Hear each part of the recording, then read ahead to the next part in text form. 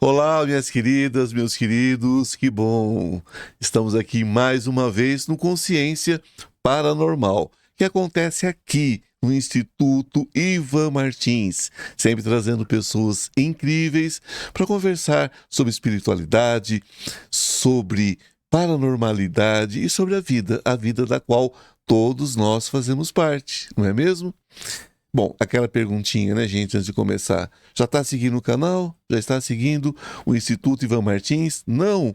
Ah, que pena, gente. É tão fácil, é só dar uma apertadinha lá, uma clicadinha e você vem semear junto com a gente, não é? Nós estamos aqui semeando luz, venha semear conosco. Vai ser tão importante ter você aqui, já é importante porque você já está aqui. Então, fique conosco. Lembrando que aqui não tem mestre, somos todos alunos, viajores do tempo e do espaço, aprendizes, eternos aprendizes. Então, só sei que nada sei e nesse nada saber, proponho aprendermos um pouquinho mais hoje juntos. O que você acha? Topa?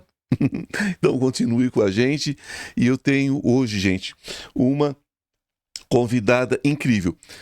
Instituto Ivan Martins, hein? Não esquece de seguir. Tem uma convidada incrível que a gente vai falando, né? E a gente acaba esquecendo. Deve ser a ansiedade do sagitariano, que você falou que eu pareço sagitariano. Tem um ar Gente, de sagitariano. Tem um ar de sagitariano. Sim. Gente, eu trago hoje uma convidada incrível.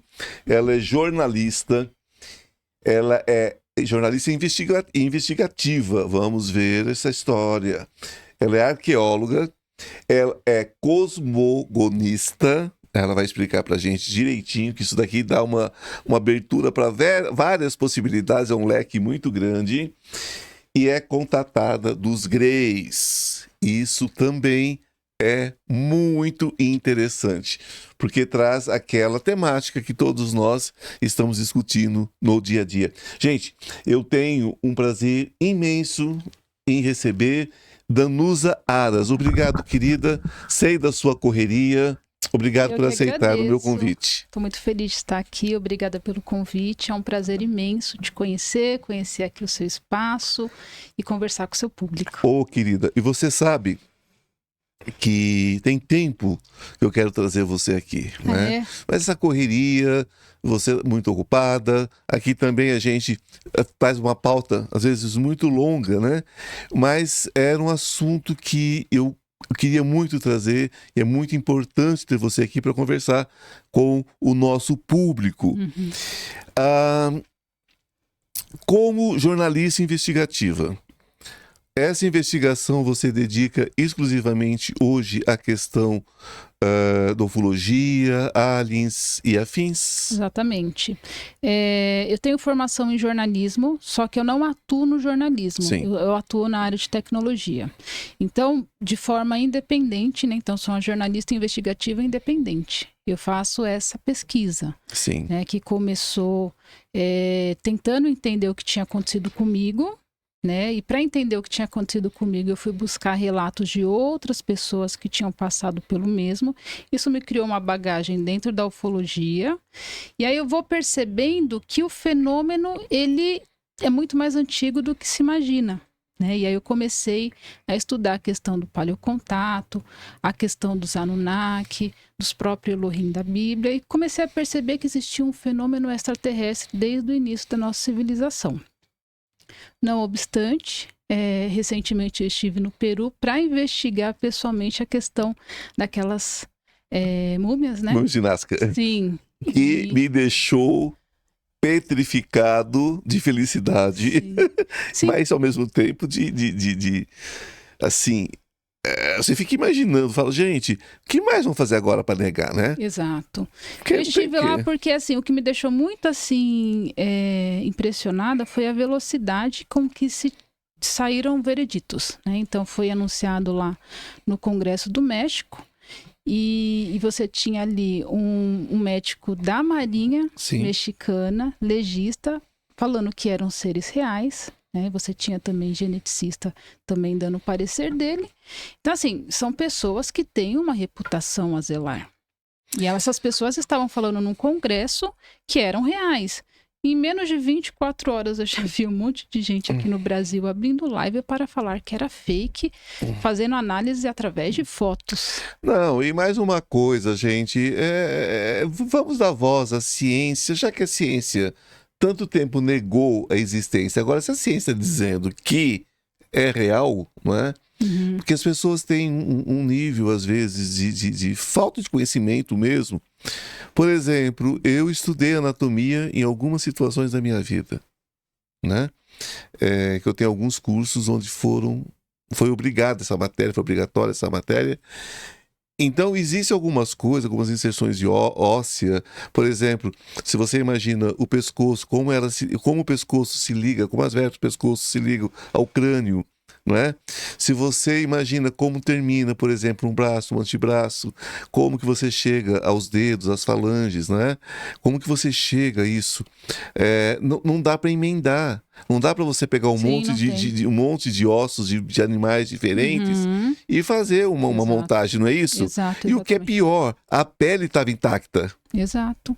Não é? E foi feito o exame da pele, né, de várias partes do corpo, onde constatou-se que pertencia ao mesmo ser. A mesma carga genética. Exato.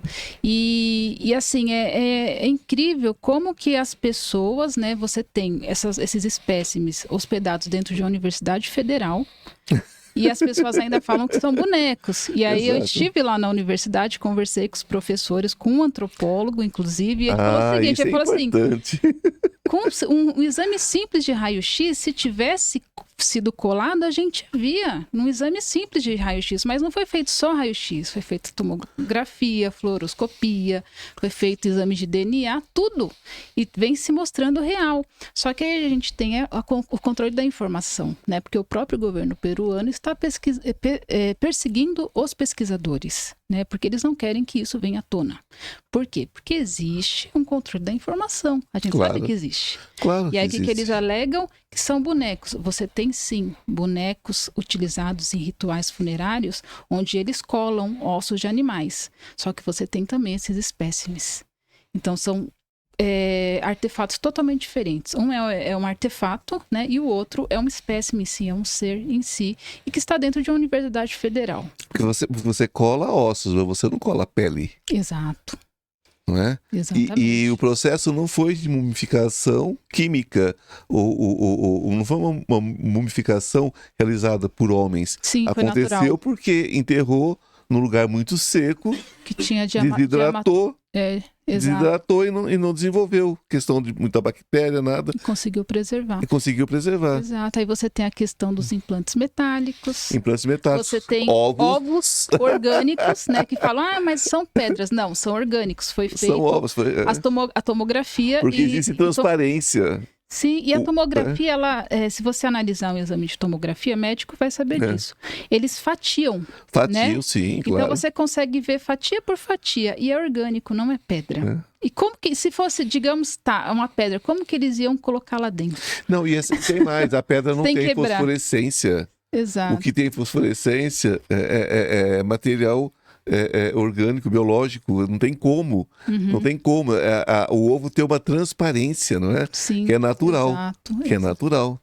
E aí o que acontece? A gente tem isso. Isso é um fenômeno que ocorre no mundo inteiro, mas que toda vez que é encontrado, pessoas em específico conseguem acessar e eles escondem, né? Da humanidade. Só que esse caso acabou vazando e acabou que os espécimes foram parar dentro de uma universidade federal. Aí deu ruim, né? Aí deu ruim. Deu ruim para quem quer negar. Exato. E aí o que acontece com esses professores? Estão sendo processados pelo próprio governo. Pois é, porque tem coisas, por exemplo, a galinha, todos os animais que põem ovos, seja os répteis, seja as aves, seja o que for, tem como se fosse uma cloaca, né? Para poder liberar aquele ovo também, né? Sim. E foi achado, né? Toda essa parte. Quer dizer, se alguém fez isso há quantos mil anos atrás, né? Atrás. É complicado, né? Porque não existia tecnologia para isso. Sim, e não tinha o ósmio, né? Porque foi encontrado o ósmio Exatamente. Nos implantes metálicos, e o ósmio a humanidade só descobriu em 1803. 1803, você as datas não batem. Não batem, exatamente. Então, assim, a nossa história, ela carece de ser recontada. Totalmente. Porque existem muitas lacunas. E se a gente pegar, infelizmente, a nossa ciência, ela é dogmática. Porque tudo que é contrário àquilo que já foi estabelecido, principalmente dentro da história, ninguém quer recontar a história. Então se torna um dogma. Porque, não, isso daqui está fora da evolução da sociedade, está fora da evolução darwinista, então a gente não aceita. Aí joga numa caixinha lá de que não existe. Isso é dogma. Né? O religioso faz o mesmo quando vê um extraterrestre e fala, não, isso não existe. É dogma. Então, infelizmente, a nossa ciência, ela é dogmática. É aquela história da cirurgia, que um dia um cirurgião, no desespero, o paciente com hemorragia, sangrando, ele pega ali uma cola dessas, tipo Super Bond. Eu quero o dinheiro da propaganda do Super Bond, hein? Quero o cachê do Super Bond agora.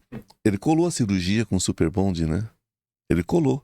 E aí vieram as colas biológicas. Hoje, a maioria das cirurgias, somente onde tem corte de músculo, essas coisas, a pele é colada com Super Bonder.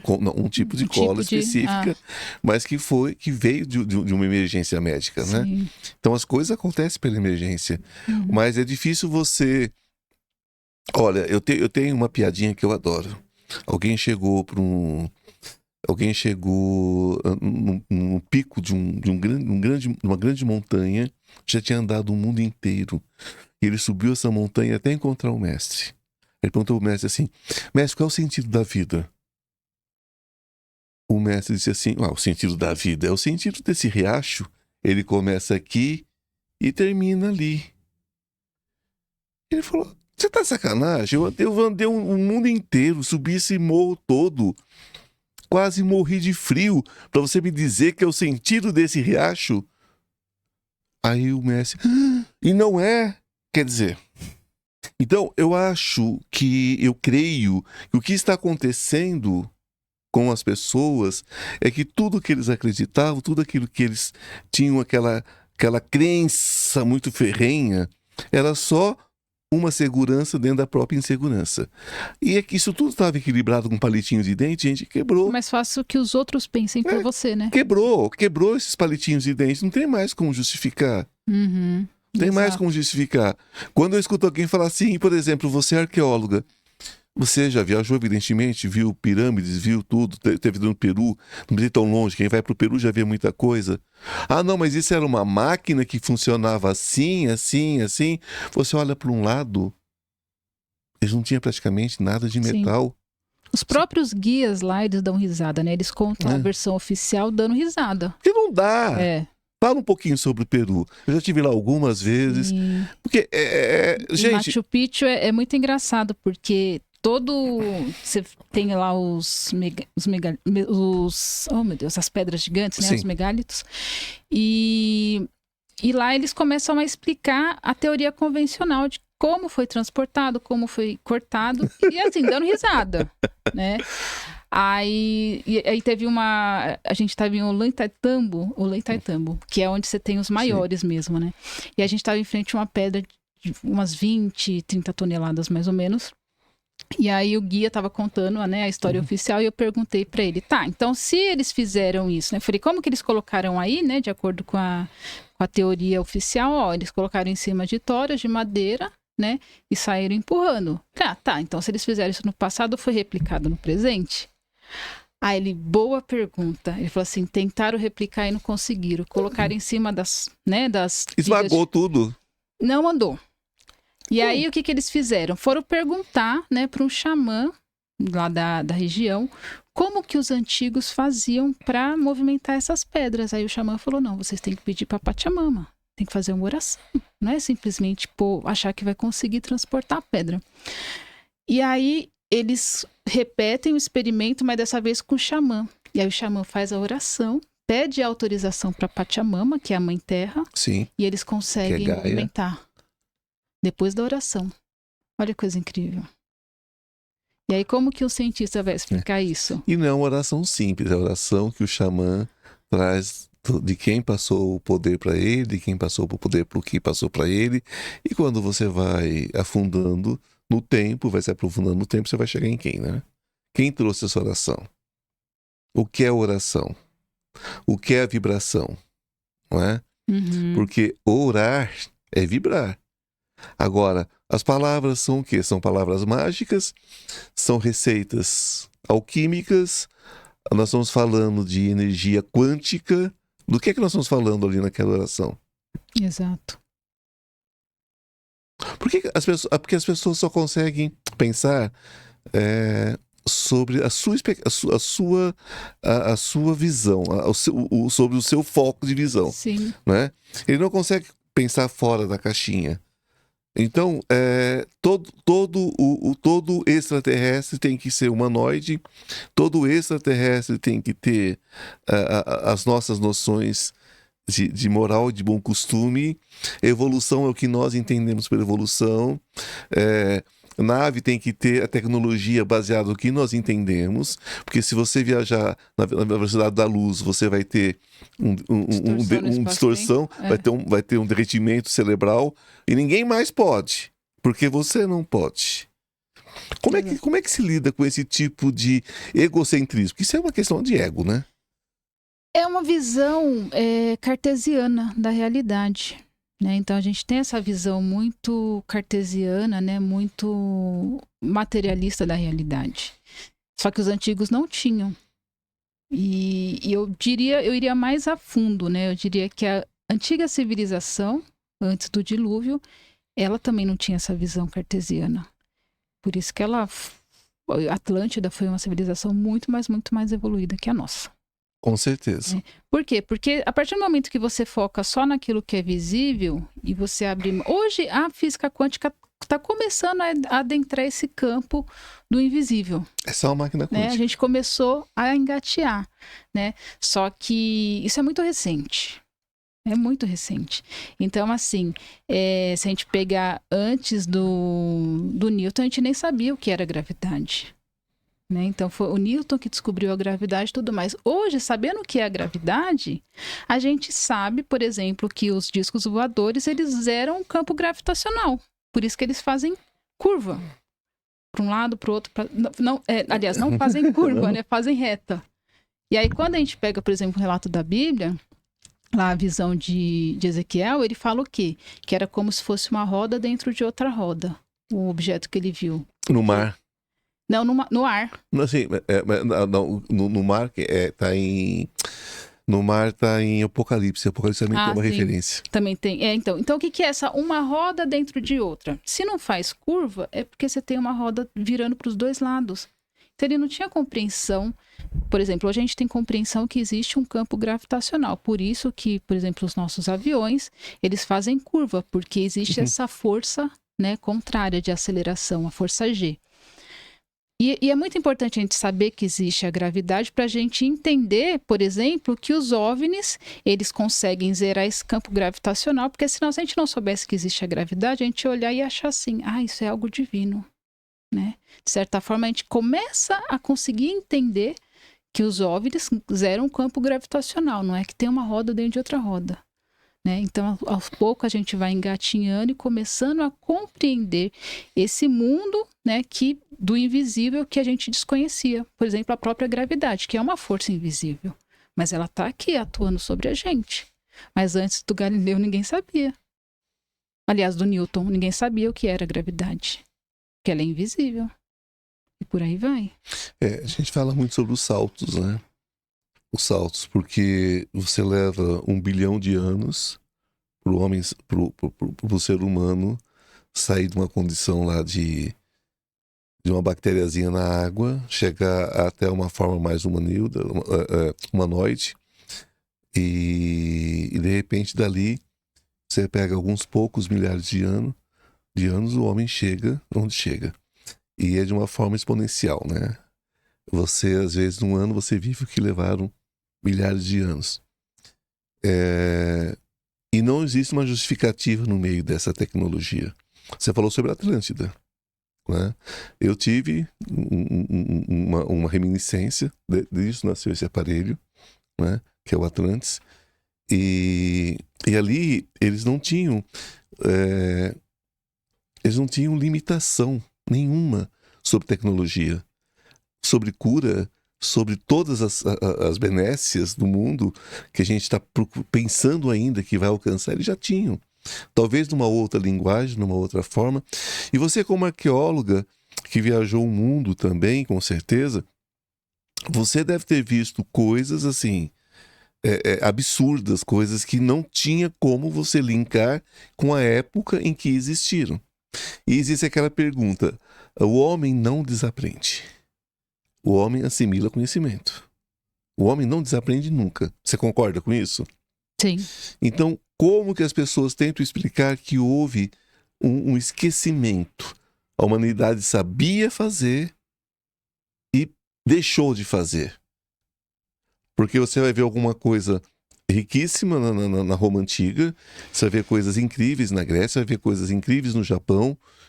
Aí você tem 1000 anos de trevas ou mais na questão da inteligência do ser humano, e depois começa a ressurgir devagarinho. Como é que a ciência hoje está explicando esse vácuo? Seria mais ou menos o período ali da época medieval? Exato. Época das trevas. Porque tem um vácuo, né? Porque ali teve muita perseguição também, né, das pessoas, que a própria Inquisição perseguia os pensadores livres, né? Então essa época ela foi deliberadamente orquestrada pela própria igreja, né? Como forma de manter as pessoas na ignorância. Nesse termo, ok.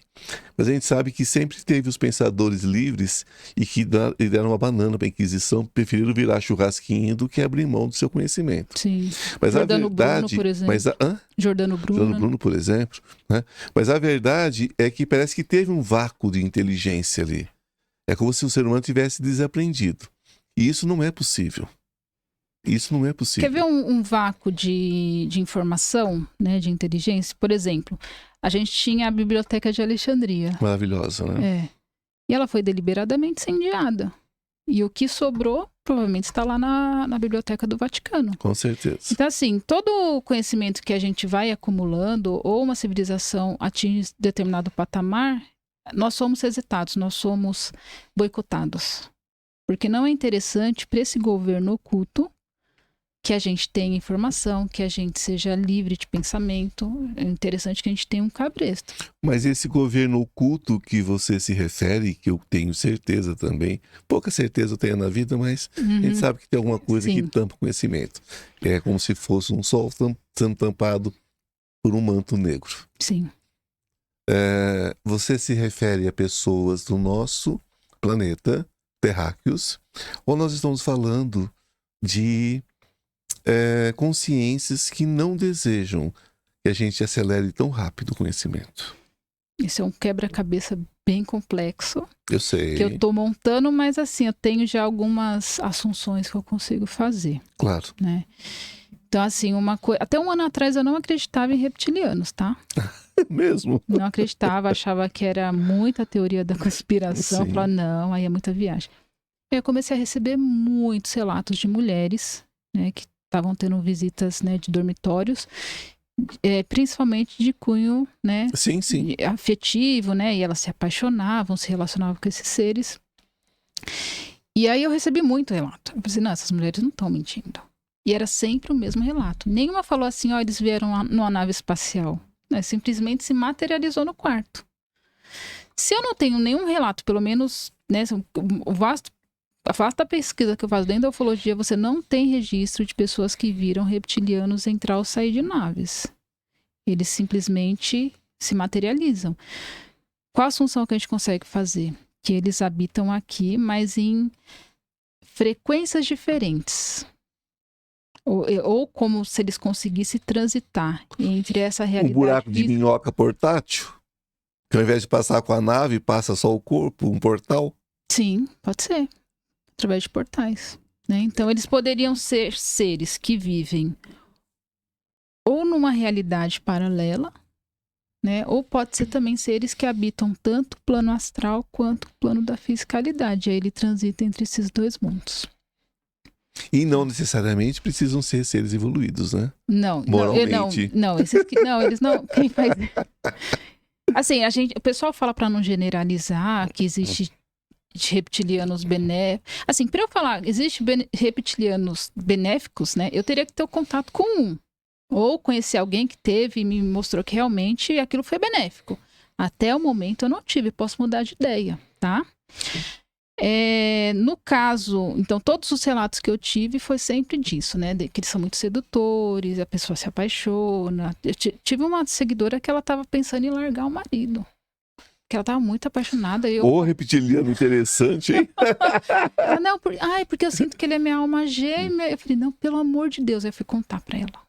Assim, não é, assim, você acha que você sente isso, mas você está sendo induzida, hipnotizada a achar que você sente isso. Não é seu sentimento. Você está namorando um lagartinho bem sem vergonha. Com todo respeito aos reptilianos. Exato.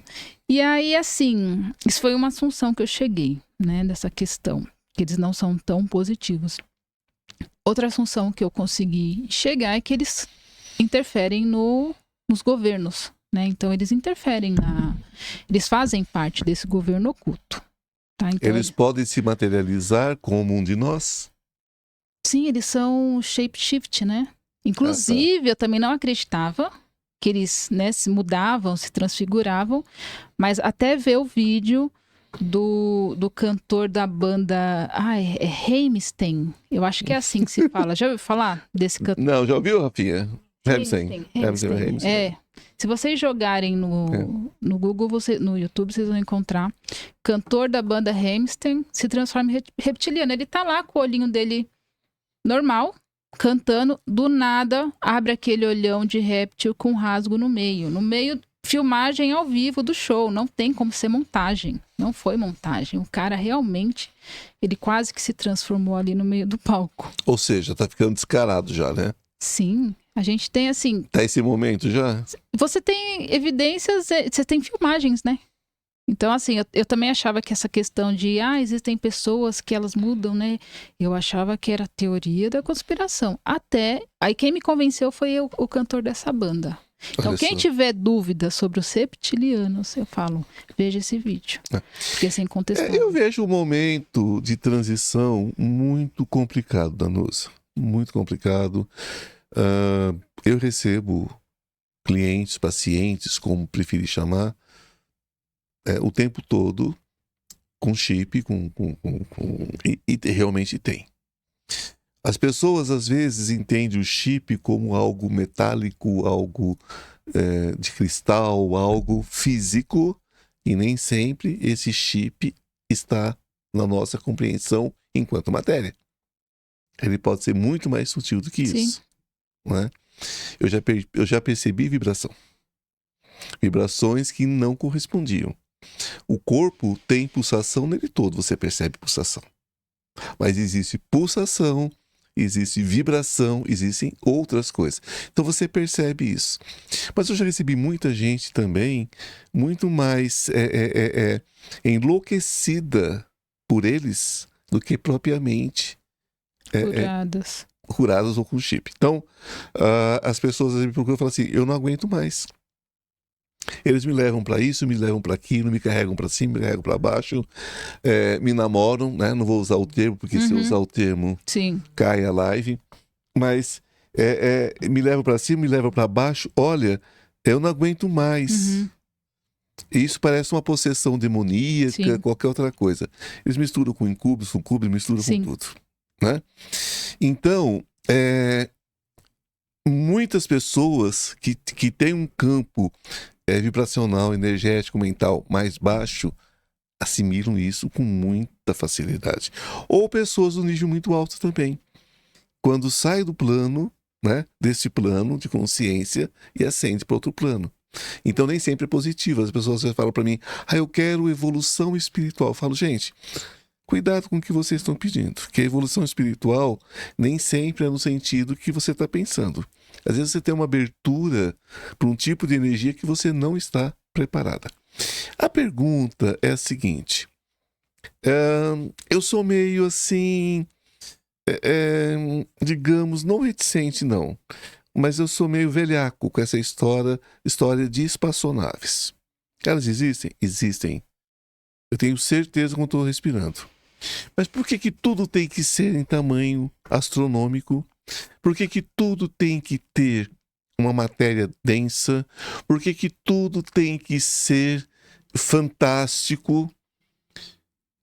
Uma civilização como essa, que consegue atravessar o tempo e espaço, consegue fazer uma curva, consegue fazer um desdobramento, enfim, não tem condições também de enviar só a sua mente, por exemplo, não tem condições de reduzir essa espaçonave para o tamanho da ponta, uma cabeça de alfinete. Gente, tecnologia por tecnologia, a gente não está muito limitado ao mecanicismo humano, aquilo que nós compreendemos, mais uma vez? Sim, é o que eu costumo falar. Esses seres, né, vamos pensar na nossa civilização a nível de comparação, 6.000 anos, né? 6.000 anos, temos o quê? Aviões, né? E foguetes, que é aquele trabalho todo, né? Para explodir de vez em quando. Para conseguir, né, enfim, sair da órbita da Terra. Agora você pensa uma civilização que tivesse só o dobro da nossa idade, 12.000 anos. Estaria muito, mas muito além da gente. Muito. Agora pensa, né, esses seres que nos visitam. Digamos que seja uma civilização com 100.000 anos. 1 milhão. 1 milhão de anos. 1 trilhão de anos. 1 trilhão de anos, Eles dominam totalmente a fisicalidade e os planos mais sutis. Porque vai chegar uma hora que eles, assim, uma civilização, ela está se desenvolvendo, por como que ela se desenvolve? Ela quer atender demandas e ela quer respostas. Claro. Né? A partir do momento que ela zera todas as respostas na fisicalidade, você concorda que ela vai tentar entender o que é a mente, o que é a consciência, e aí ela vai começar a explorar o invisível também? Sim. E dominar o invisível. Talvez até antes do material. Então, esses seres, eles dominam todos os planos. Então, eles operam em todos os planos. Então, eles chegam aqui na Terra, eles podem vir tanto na espaçonave, ou eles podem operar a nível astral. Também. Tamanha a tecnologia deles. E aí, quando eles operam a nível astral, é uma ufologia espiritual, né? E quando ele opera a nível físico, é ufologia casuística. Às vezes é o mesmo ser operando em esferas diferentes, mas ele vai ser tratado por um grupo X e o outro, nesse momento, né, que ele aparece no astral, é o grupo X que estuda. Mas quando ele aparece na matéria, é o grupo Y que estuda. E esses grupos não se conversam. Isso é um problema sério, isso, né? Exato. Existe um preconceito, né? Existe. Eu digo sempre o seguinte, eu falo, quando eu preciso tratar de uma pessoa no plano mais sutil, eu me desloco em desdobramento consciente para onde eu quiser. Uhum. E eu já me desloquei para outros planetas, outras galáxias, eu já me desloquei para lugares incríveis. Não tão bons, outros maravilhosos, né? Sim. Eu falo, e eu sou só um terráqueo aqui, né? Um ser, né? Um ser iniciando a evolução. E um ser completamente, sabe? Que não tem completamente, não, porque não tem ninguém completamente evoluído. Mas alguém com milhões de anos a mais do que eu, de história, de consciência. O que essas pessoas podem fazer? O que esses seres podem fazer? Exato. Essa é a grande questão. Exato. Né? São deuses. Para viajar, são deuses. Pois é. E quando a gente fala em Deus, antes de entrar em deuses, que eu vou pegar legal com você nessa história, você é contratada pelos greys. Sim. Os greys são os bonitinhos, azulzinha, cinzinha. Quais são as cores mesmo? Porque eu já vi de 3 cores. Eu nunca vi um grey. Mas já me falaram em 3 cores. Acinzentado, como se fosse aquele pele de golfinho mesmo. E pode variar, de um azul para um cinza, para um esverdeado. Sim. Pode variar. O que eu vi foi só assim, o que eu vejo toda vez que eu vejo são cinzas. São cinzas. Exato. Qual é a sua relação com eles nesse momento? Olha, nesse momento, eu achava que eu tinha sido só uma abduzida, né? Sim. Tá. Tem a diferença de abduzido e contatado. Porque o abduzido já é os últimos graus já, né? Não, o abduzido é quando a pessoa ela tem aquele contato e depois não tem mais. Aí ele é só um abduzido. Mas foi retirado, né? Foi retirado. Você foi para algum lugar? Você foi para um planeta? Fui levada para dentro da nave, só que eu não consegui ir adiante na regressão. Preciso fazer mais regressões, porque... Ah, tá. Você teve esquecimento. Para eu entrar no processo de regressão, foi praticamente um dia de hipnose. Foi bem cansativo. Eu te ofereço uma sessão. Eu sou bem resistente. Eu te ofereço uma sessão de hipnose. Perfeito. Mas me diz, o que é que você lembra? Bom, ao longo da minha vida, a minha vida sempre foi estranha, esquisita. Cheia de paranormalidades. Bem-vindo ao grupo. E eu achava, durante um bom tempo, que de um lado eu era médium, e do outro eu tinha tido contato com os Greys. Hoje eu entendo que a minha mediunidade, essa minha abertura de campo, é por conta do contato com eles. Essa virada de chave eu tive recentemente, porque eu separava tudo. Então eu tinha fenômenos paranormais que eu achava que era espiritual, mentores espirituais. Tipo... Por exemplo, eu já tive uma situação no meu quarto, né, que eu fiquei um mês com uma enxaqueca muito grande, que não passava, e aí quando eu decidi que eu ia até o hospital para fazer uma tomografia, à noite eu fui erguida da cama, passei por uma cirurgia, né, entrou uma agulha na minha cabeça, a agulha pinçou a dor e tirou de dentro da minha cabeça. Conforme a agulha foi saindo, a dor foi saindo. Não foi bem a dor que saiu, né? Hoje eu vejo que hoje eu entendo que era um chip. Claro. Só que durante muito tempo eu achei que que eu passei por uma cirurgia espiritual. E hoje eu entendo que não, ali foi já eles retirando o chip. Não tinha nada de assim, espiritual entra naquele campo, né? Sim, eles operam, né? Mas naquele caso em específico, né? Eles vieram mesmo no meu quarto, me ergueram da cama e fizeram, né, toda a manobra. Tipo assim, opa, essa atrevida vai no médico, vão descobrir Vão aqui. descobrir, exatamente. E é uma coisa tão louca que eles sabem o que você vai fazer. Claro. Olha que coisa maluca. Então eles sabiam. Eles viajam pelo tempo também, né? O tempo é uma limitação humana, né? Ou eles me vigiam através de algum dispositivo que esteja instalado. Mas você não crê que o tempo seja uma invenção humana? Da fiscalidade. Da fiscalidade, porque o tempo é só uma dimensão, né? Sim, e é uma dimensão inventada pelo homem. É uma dimensão a única inventada pelo homem. O restante tem a profundidade, a altura, a largura, ok, mas tempo... A fiscalidade é um dos conceitos para existir a fiscalidade. Você precisa do espaço e do tempo na fiscalidade, mas só na fiscalidade. Né? Tanto é que a gente volta lá naquela mitologia né, da criação de Urano e Gaia e Cronos, né, que é o Deus, que é o filho, né, que parte, né, o céu e a terra e cria o universo, né? Então é o tempo que cria o universo, Cronos. Mas quando você pensa no tempo e você crê em civilizações mais avançadas, com milhões de anos, milhares de anos, centenas de milhares de anos, essa nossa noção de tempo, né, que muitas vezes para a gente é marcada por um pôr e um nascer e um morrer do sol ou da lua. A gente vai marcando o tempo desde sempre através disso, através das nossas rugas, através dos nossos cabelos brancos, a gente vai marcando essa questão de tempo, até para ter uma noção. Sim. Mas você não acha que eles já passaram disso? Já passaram dessa fase e que eles podem simplesmente voltar no tempo e refazer alguma coisa?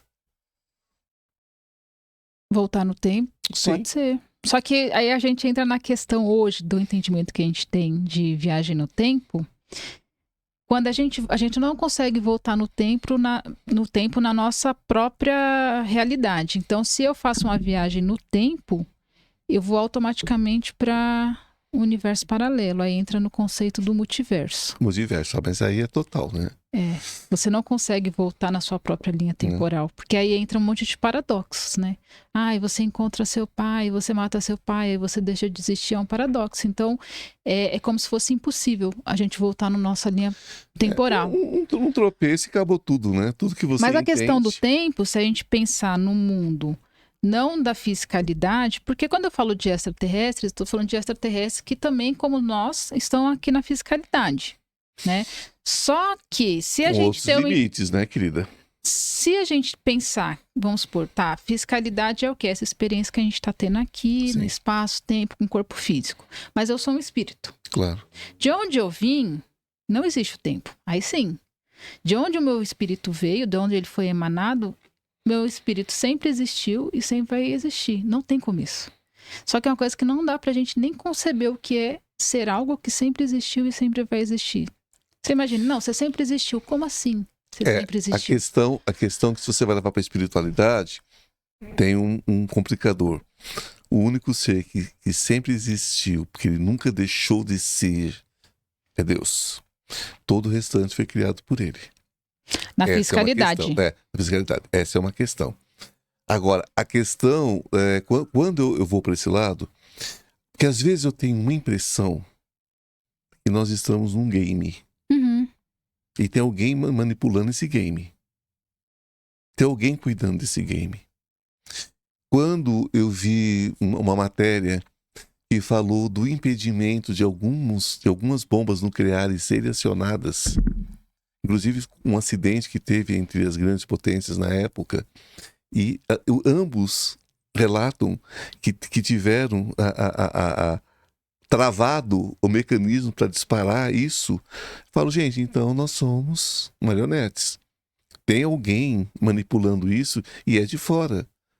Se o homem está achando que vai aplicar uma bombinha e vai acabar com tudo, vai dar ruim para ele, porque ele não manda, não. Uhum. Tem mais alguém cuidando. É por isso que eu falei com você em questão do tempo. Porque se você sabe o que vai acontecer, se você não está viajando no tempo, você está adiantando no tempo.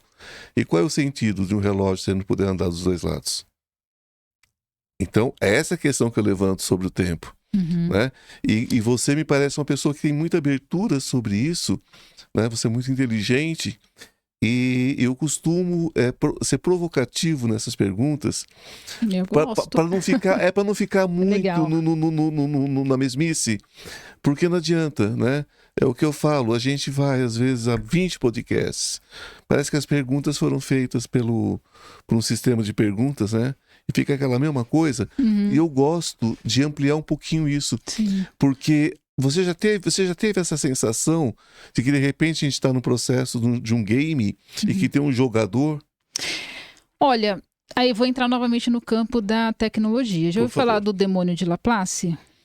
Não necessariamente. Seria mais ou menos assim, um computador que teria acesso a todas as informações, né? Quem aborda muito isso, não sei se você assistiu a série Fundação, do Isaac Asimov. Sim, tá ok. Sim? Ok, sim. E ele consegue prever, né? Lembro sim. Lembro sim. É basicamente isso. Lembro sim. Então você pega toda a informação de um passado, de uma civilização, então vamos supor, essas inteligências, elas conhecem a Terra, e aí eles jogam todas as informações de tudo que já aconteceu na Terra num computador.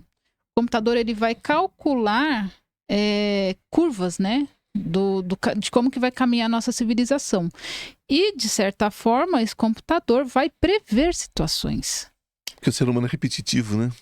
É como se fosse um padrão, um padrão de matemática, aí entra no campo da probabilidade também. Porque o nosso universo é probabilístico também. Então, assim, munido de todas essas informações, esses seres com alta tecnologia conseguiriam prever os caminhos da humanidade, inclusive. Mas não porque eles são seres... é uma divindade, né? O caso lá da aparição de Fátima. Ela sabia de tudo que ia acontecer. Né? Os 3 segredos. Foi revelado coisas que ia acontecer. E é um fenômeno ufológico. Eu nunca vivenciei nem questão de incubos, um clube, nada disso. Nunca vivenciei isso. Que bom, né? Que eu me sentiria muito mal se eu tivesse passado por uma situação dessa de violação. Eu acho uma coisa realmente muito complicada. A gente sabe que acontece muito. De abdução. E onde há uma relação carnal, onde há essas coisas. A gente tem algumas palavras que a gente tem que evitar, né, no YouTube, mas enfim. Qual é o objetivo? Porque só prazer não seria. Ou seria. Ou nós temos também crianças híbridas. Depende dos seres, né? No caso dos reptilianos, é a energia sexual que eles estão interessados. Mas nós seríamos crianças reptilianas? Nós seríamos seres híbridos já? Olha, o nosso DNA já foi mexido lá no passado. Ah, não, sempre. Nós somos livres desde sempre. Mas assim, só explicando a intenção, no caso dos reptilianos, a intenção deles é energia sexual. E só? Porque eles se alimentam dessa energia advinda de emoções e de psiquismo. Sim, que é o que mantém certeza. o plano astral. Ok, então perfeito. Então eles usam tanto a energia sexual, também a energia de medo.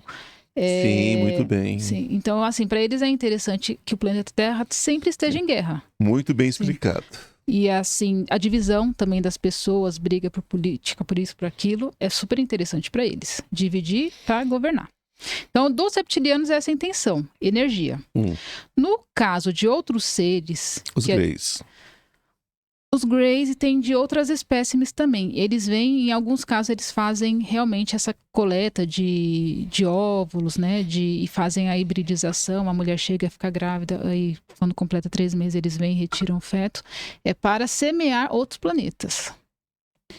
De acordo com as pesquisas que eu fiz. Né? Então, não que eu tenha perguntado, eu pessoalmente, para os Greys. Então, de acordo com a sua pesquisa, é possível que essas mulheres abduzidas, que passam por conjunções carnais ou não, porque daí no caso não é a questão do prazer, mas é uma questão talvez até de uma implantação, né, de material genético para que haja essa no caso da mulher, quando é essa questão da hibridização em si, sim, a gente não vê, pelo menos eu não tenho nenhum acesso a nenhum tipo de material em que há a relação... Ou a conjunção.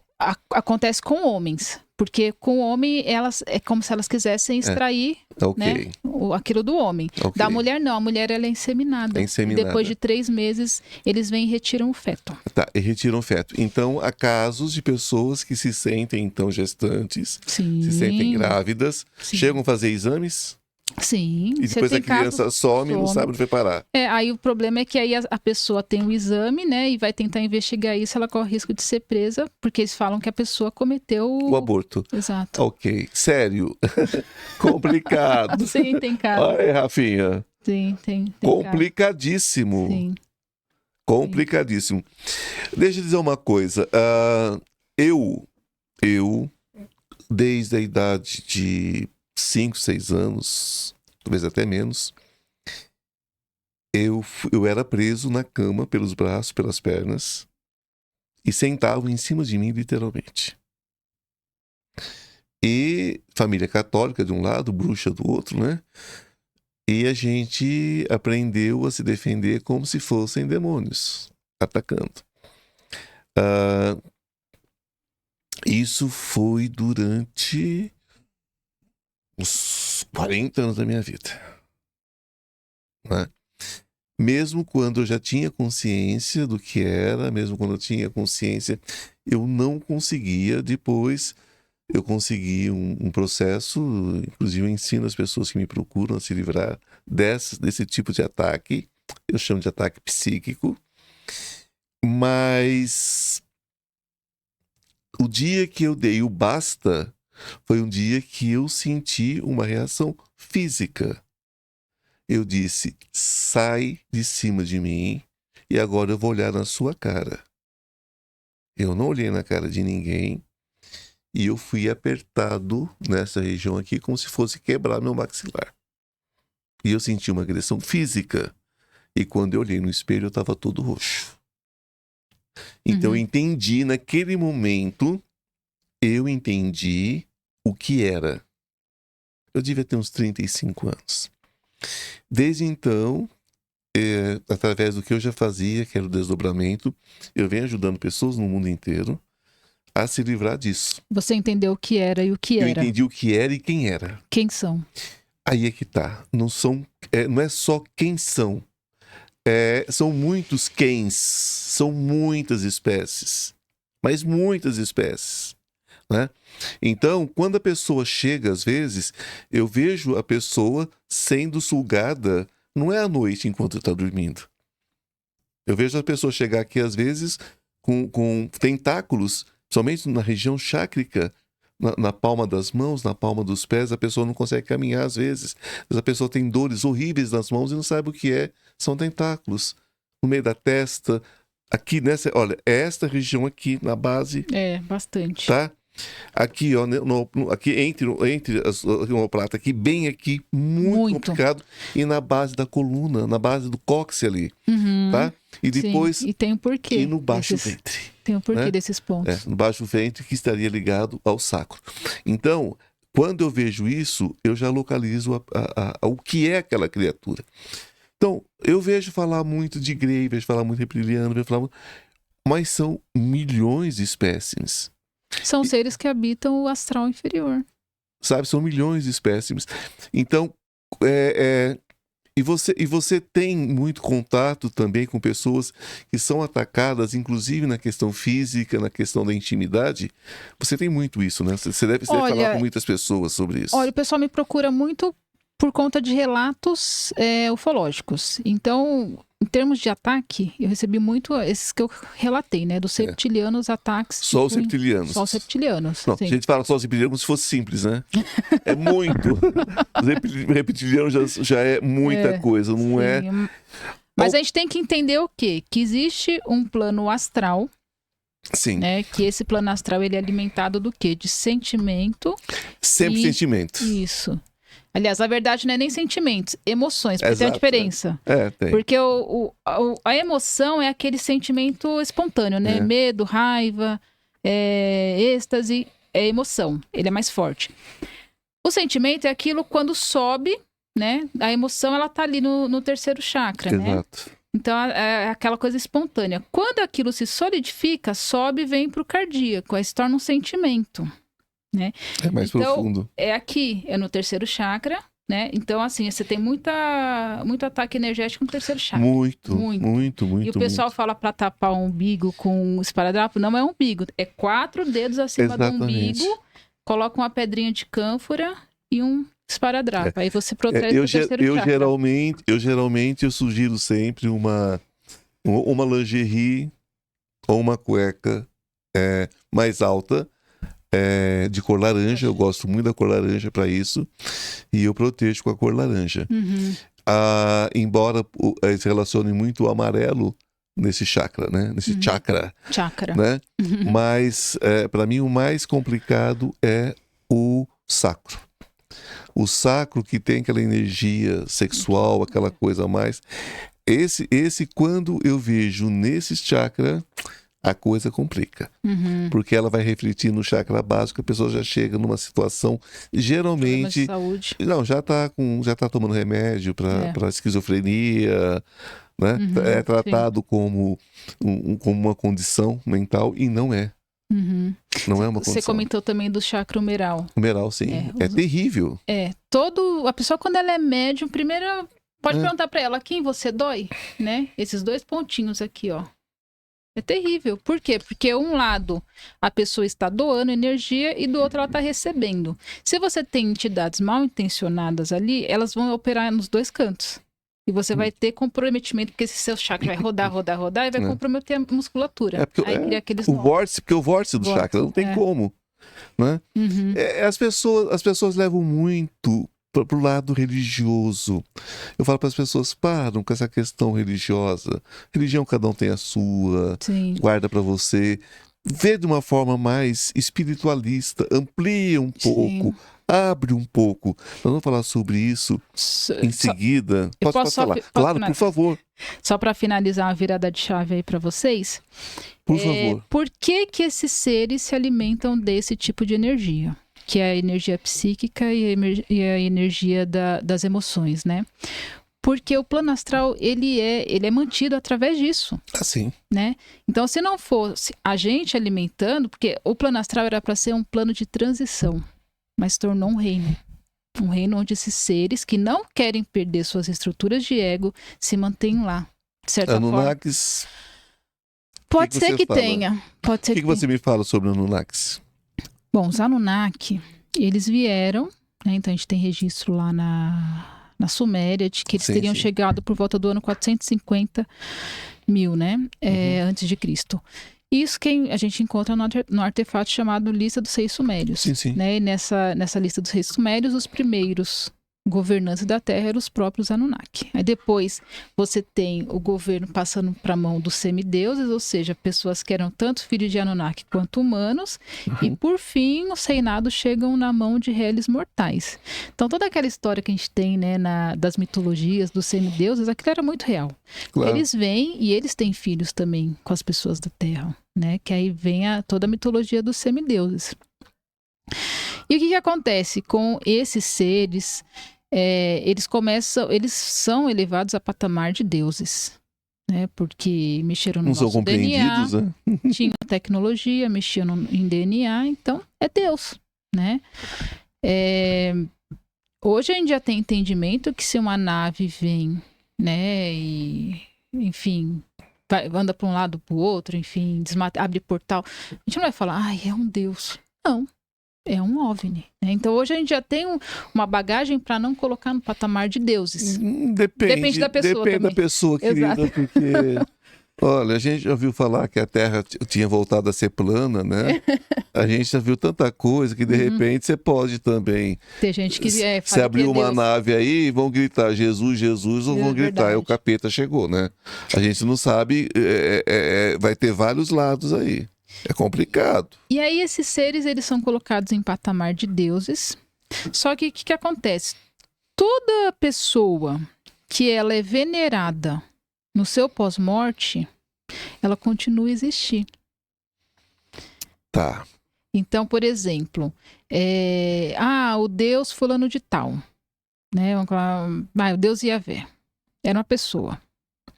Só que aí ele vai para a erraticidade, ele continua sendo lembrado como um Deus e ele continua a manter aquela estrutura, né? E aí começam a se formar os reinos lá no plano astral. Os reinos diabólicos, infernais, começam a surgir aí aqui na Terra.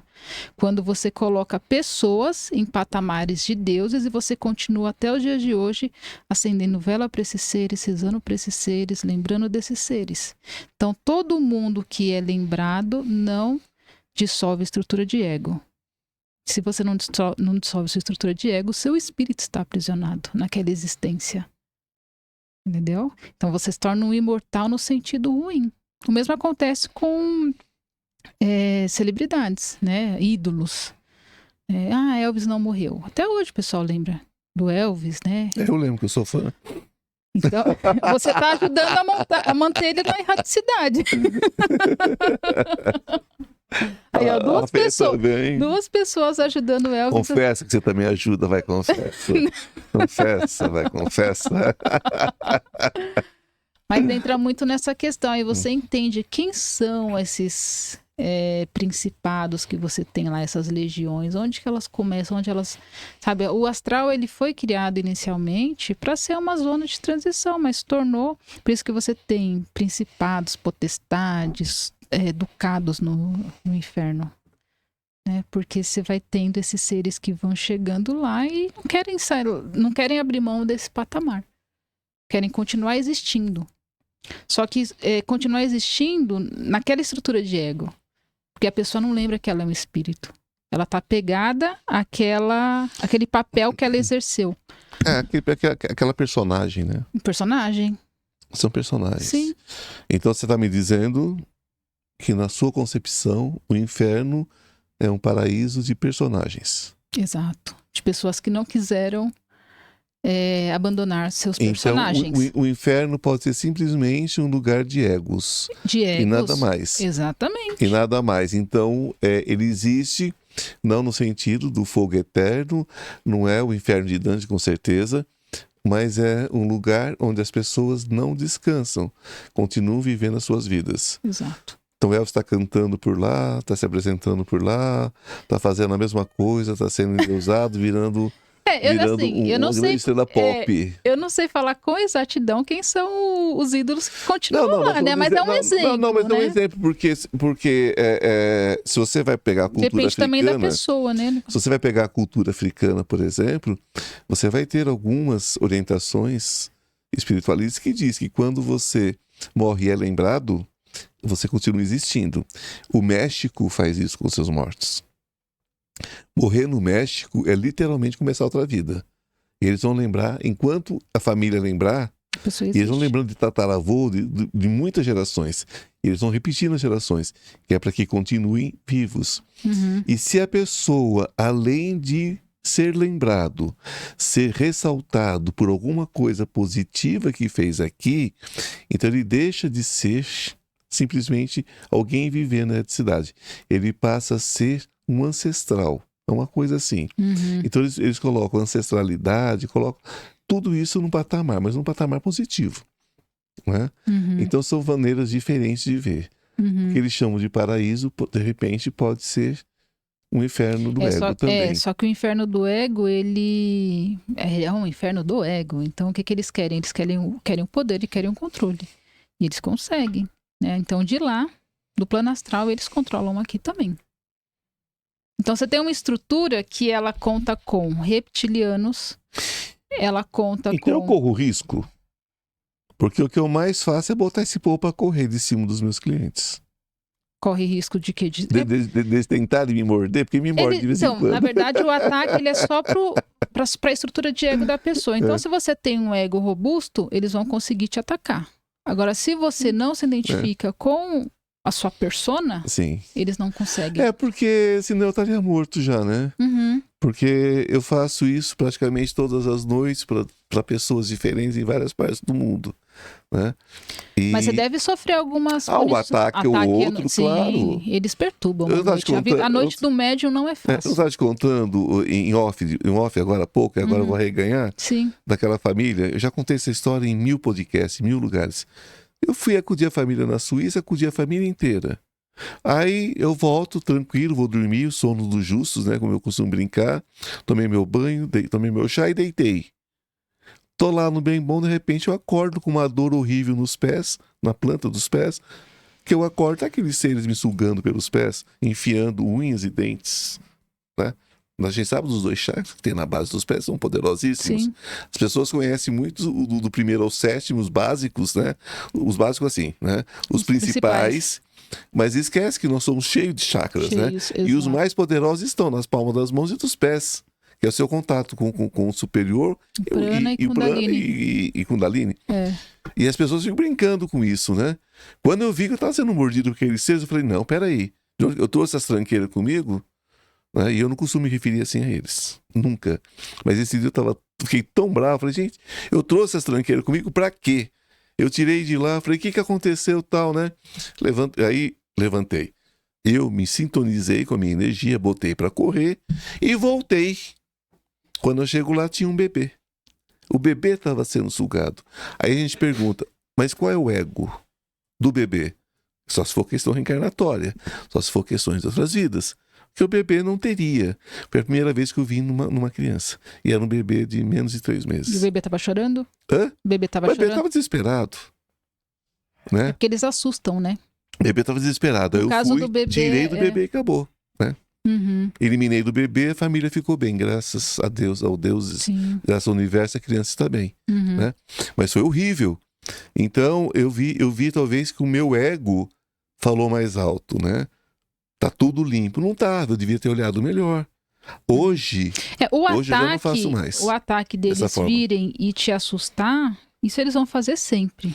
Eu já passei por algumas. Provavelmente você já foi assustado a vida inteira, porque geralmente eles querem te matar do coração, você acorda desesperado, morrendo de susto. Então, assustar, isso vai acontecer com o médium a vida inteira, né? Mas eu falo no sentido, assim, de conseguir te atingir, de fato, te derrubar. Ah, não. Entendeu? Não tem força para isso. Não. Exato. Aí teria que... Onde eles atacam é nos egos, na vaidade, no orgulho, entendeu? Então, se a pessoa... Ela é uma pessoa, né, como um santo de Deus, né? De certa forma, uma pessoa que não mente, não faz mal para ninguém, né? É humilde, tem caráter, eles não conseguem atingir. O máximo que eles conseguem fazer é assustar. Não, mas é o seguinte, deixa eu te falar. Santo eu não sou, nunca fui, nem pretendo ser. Agora, eu não deixo... Não santo no sentido de perfeição. Eu não deixo essas criaturas se aproximar, porque eu percebo que se eu abrir a guarda, acabou, né? E a guarda é fácil você abrir. É fácil, um pensamento torto, você está abrindo a guarda. Sim. É isso que eu falo para as pessoas, nós não somos perfeitos, mas vamos vigiar a cada segundo, né? Sim. e vamos não, mas refazer. não tô falando santo no sentido de perfeição, mas santo de não ser aquela pessoa que quer maldade do próximo, tem inveja. Porque qualquer coisinha é um motivo para... Exato, é uma porta, né, que se abre. É uma porta. Bom, a gente tem que aproveitar bastante nosso tempo aqui, e tem tanta coisa para falar sobre isso. É um assunto que você teria que vir aqui para ficar 5 horas comigo. Vamos ter que dividir isso aqui em algumas visitas, viu? Porque você também é uma cosmogonista. Você crê em Deus? Não como uma personalidade. Porque tudo que Deus não tem nome, Deus não pode se manifestar na fiscalidade, senão ele deixa de ser Deus e se torna criatura. Então ele é a causa, ele não pode ser o efeito. Então, tudo que se tem de relato, o Deus com nome X, não é Deus. É entidade, né? Ou deuses, com letra minúscula. Deuses é entidades, né? Agora, o Deus mesmo, ele não se manifesta aqui na fiscalidade. Claro. Ele é a causa, né? A origem, o princípio, exatamente. Ele é o princípio. Da onde é emanado as nossas consciências. Ele é fonte. Exato, é a fonte. Né, costumo chamar nas minhas aulas de apeiron também, que é o conceito do Anaximandro de Mileto, né, que para entender o que seria isso, ele pega, como ele percebe que tudo tem a sua polaridade, do seu contraponto, então para entender de onde somos emanados, então o que ele faz? Como que é o cosmos? O cosmos tem um formato, é finito, tem leis. Então, o apeiron, que seria essa origem, não tem formato, as leis não se aplicam, é infinito, né? E aí ele vai conceituando, observando essa realidade. Então, tudo que se observa aqui não se observa na fonte, porque seria o seu contraponto. Então, é bem interessante para a gente ter uma ideia, né? Então, lá não tem a questão do tempo que a gente falou, né? Porque lá sempre existiu e sempre vai existir. Então, essa é a minha concepção de Deus, né?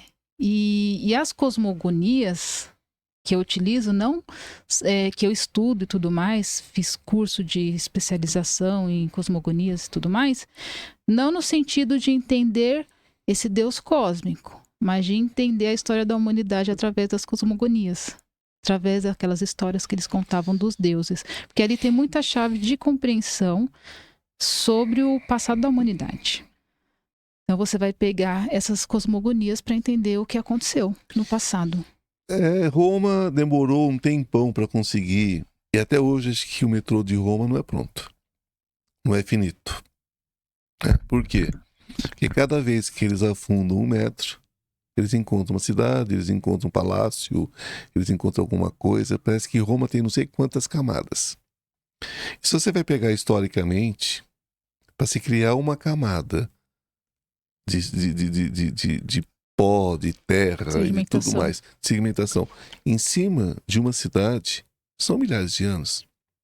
Então a gente fala em civilização de 6, 7 mil anos, 10 mil anos, no caso de algumas coisas da África, que seria a origem, por exemplo, dos orixás, que a gente tem uma relação muito forte dos deuses, né, dos panteões com as civilizações. Então a gente vai ter uns 10 mil anos na África. Quando você pega culturas mais antigas também, como China, algumas coisas você vai ver também que é um pouquinho mais velho. Você pega o Egito. O Egito já se fala em pirâmides muito mais antigas do que a gente imaginava e tudo mais. Mas vamos colocar o seguinte, vamos colocar que o que nós entendemos por civilização tenha 20 mil anos. Vamos imaginar. Mas você é da arqueologia.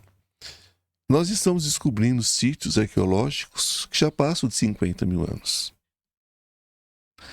Você crê que é possível que nós tenhamos, na verdade, não um processo de evolução, mas alguns processos de evolução nesse planeta?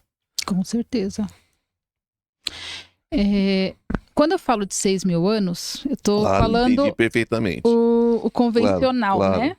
Só que a gente tem que entender o quê?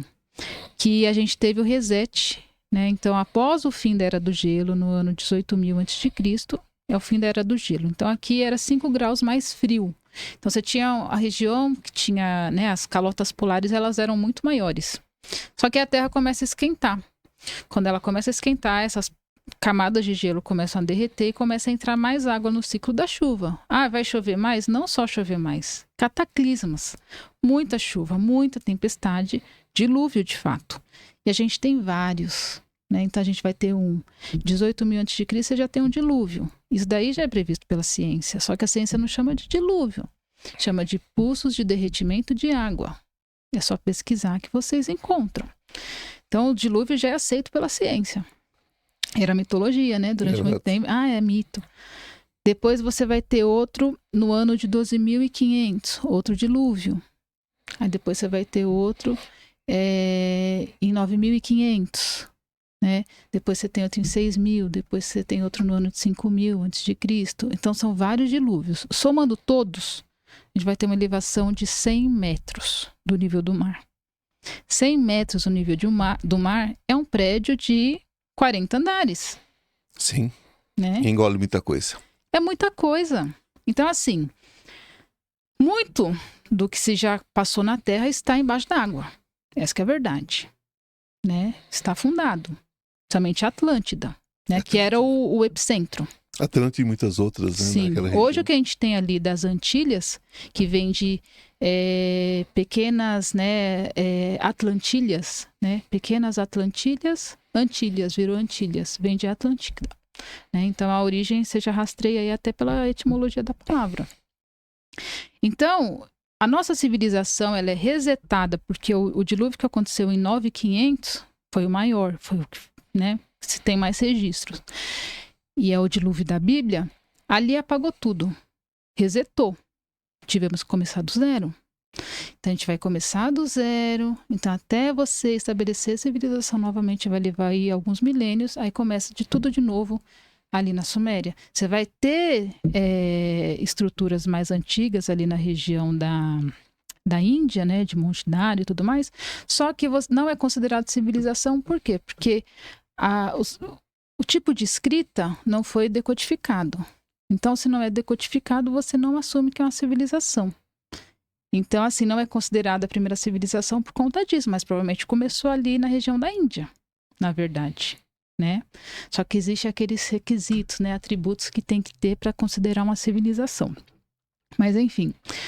Só que antes desses dilúvios, né, quando a gente tinha uma estabilidade climática aqui no planeta Terra, sim, a gente tinha civilizações. Eu tenho uma palestra minha, inclusive, é uma das palestras que eu mais apresento, né, nos eventos de ufologia, que eu trago diversas evidências de que a nossa civilização é muito, mas muito antiga. Né? Então, através de sítios arqueológicos, através de artefatos, através de relatos de historiadores, né, que contam que a Terra, né, a nossa civilização, se fosse para você me falar, Danusa, quando começou a nossa civilização? 36.000 a.C., 38.000 anos tem nossa civilização. 38.000 anos. Esse é o tempo da nossa civilização. O problema é que ela foi resetada. E você crê em picos de tecnologia em cada uma dessas? É que esses picos eles vão depender também.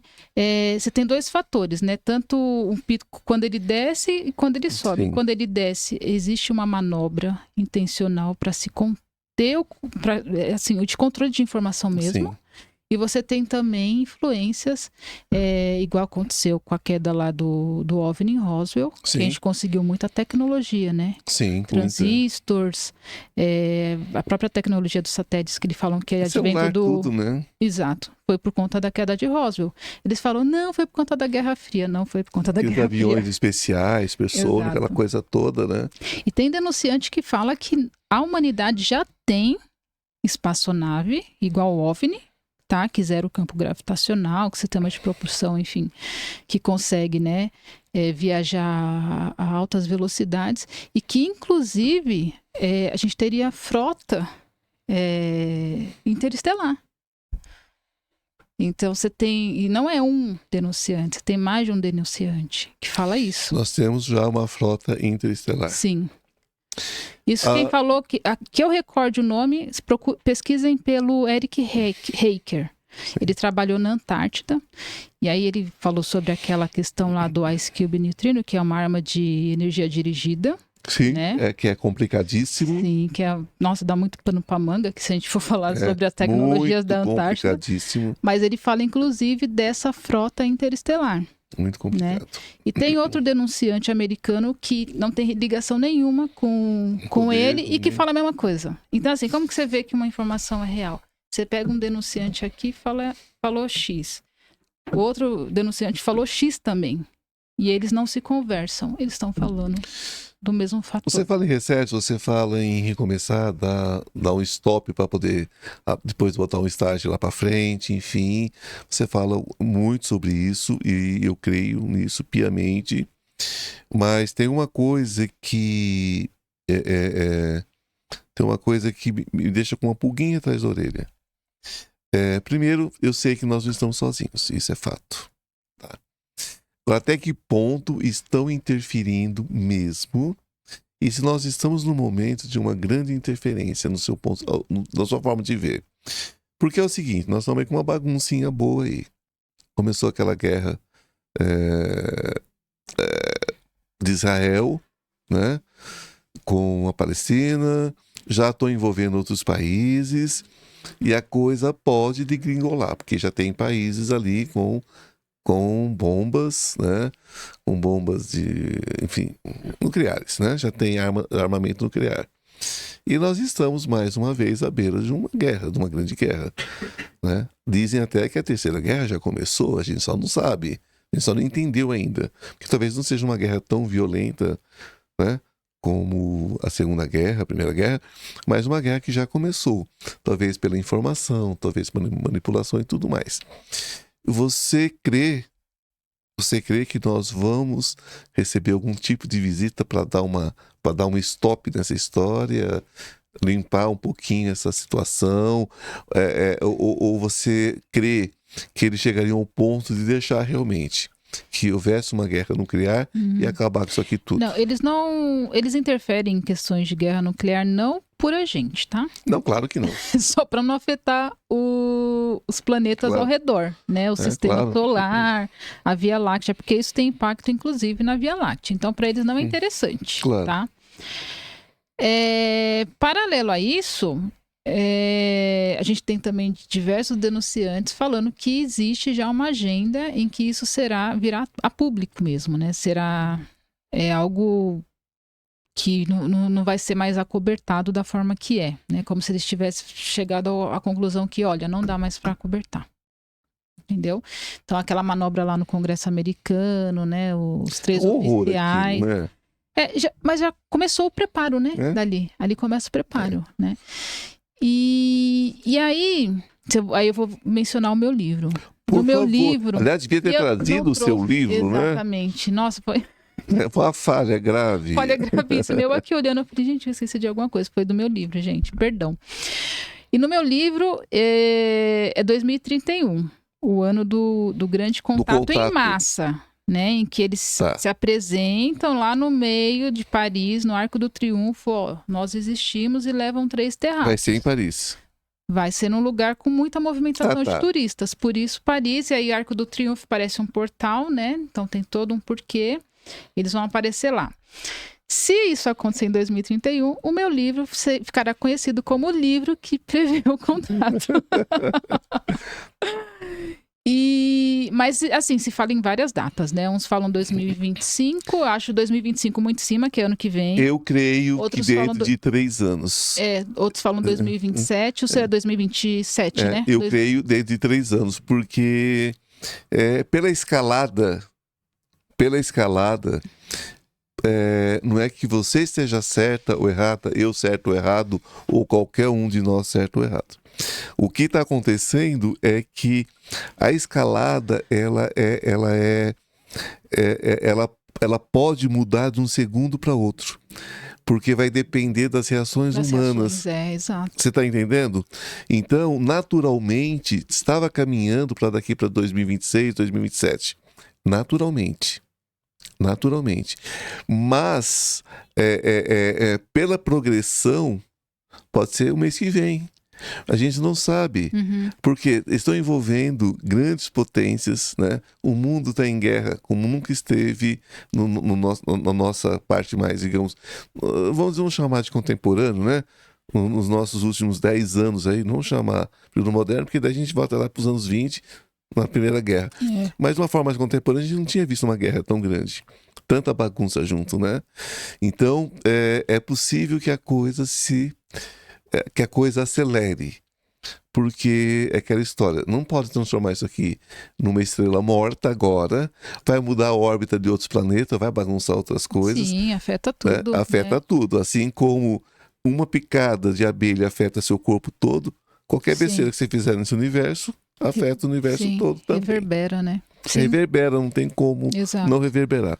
Sim. Bom, dentro desse universo todo, dentro dessa sua vivência toda, essa experiência toda, o que foi que mais te chocou? Ou mais te alegrou? O que você mais... Porque a gente fica deslumbrado, assim, né? As pessoas têm um problema com a palavra deslumbre, mas eu adoro me deslumbrar com as coisas. Eu adoro sair da casinha com as coisas. O que fez você sair da casinha, literalmente? O que fez você ficar deslumbrada na arqueologia? Que você se lembra, assim, que você falou assim, olha, não tem como. Ainda mais dentro da sua investigação, né? Bom, embora eu ainda não tenha ido até lá, as pirâmides do Egito, né? O alinhamento delas com o cinturão de Órion, a gente vai jogar né, como foi feito por Robert Bauval, que eles jogam no computador para descobrir quando foi no período que elas estiveram alinhado a pino, né, com o cinturão de Órion. Jogaram no computador, deu 10.450. Pois é. Só que eu ainda jogo uma precessão a mais, porque a cada 26 mil anos, né, a gente tem um movimento de precessão e o céu basicamente volta a ser o mesmo. E aí, se a gente acrescentar mais um período de precessão, dá 36 mil a.C. E aí, isso daí bate com que, quando a gente tem vários historiadores indo lá para o Egito, acessando a biblioteca de Alexandria, todos chegam à mesma conclusão, que o Egito é uma civilização que remonta a mais de 30 mil anos. Então, para mim, ela foi fundada, é como se as pirâmides fossem um marco da fundação da civilização. 36 mil anos. 38, né? Calibrando. 38 mil anos teria. E olha que interessante, quando Heródoto vai lá, no ano de 400 a.C., conversando com sacerdotes, aí os sacerdotes falando para eles assim, não, teve... perguntando do período... Eles falam também do período pré-histórico, né? Antes do primeiro faraó, que é o Menés. Aí eles falam assim, antes desse faraó, a gente teve uma pré-história aqui no Egito.